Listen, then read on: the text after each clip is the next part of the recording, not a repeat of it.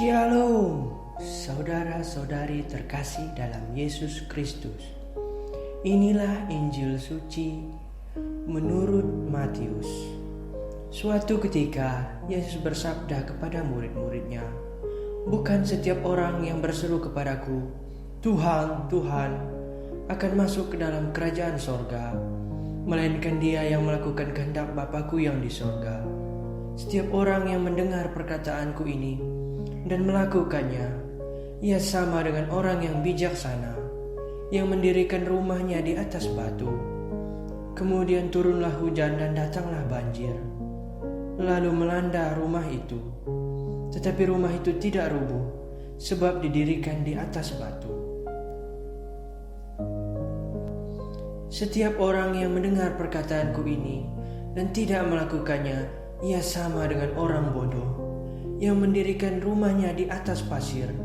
Kemudian turunlah hujan dan datanglah banjir, lalu angin melanda rumah itu, sehingga rubuhlah rumah itu dan hebatlah kerusakannya." Demikian Injil suci hari ini. Pandemi yang terjadi sejak Maret 2020 memberikan aneka warna dalam penghayatan hidup beriman dan beragama. Salah satunya adalah dijadikan alat untuk memprovokasi dan mencari kepentingan baik pribadi maupun golongan.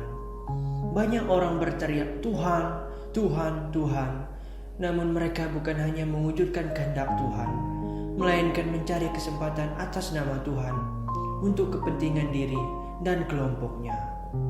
Dalam Injil hari ini, Yesus menegaskan bahwa bukan mereka yang berteriak "Tuhan, Tuhan," yang akan masuk ke dalam kerajaan Allah.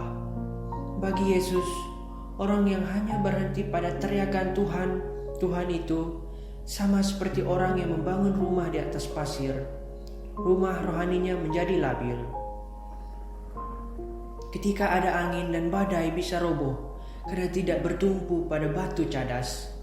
Hidup rohani yang bersumber pada penghayatan, di mana menyebut Tuhan disertai tindakan nyata, kasih, kepedulian, bela rasa, adil dan menebar damai sama, artinya membangun rumah di atas batu.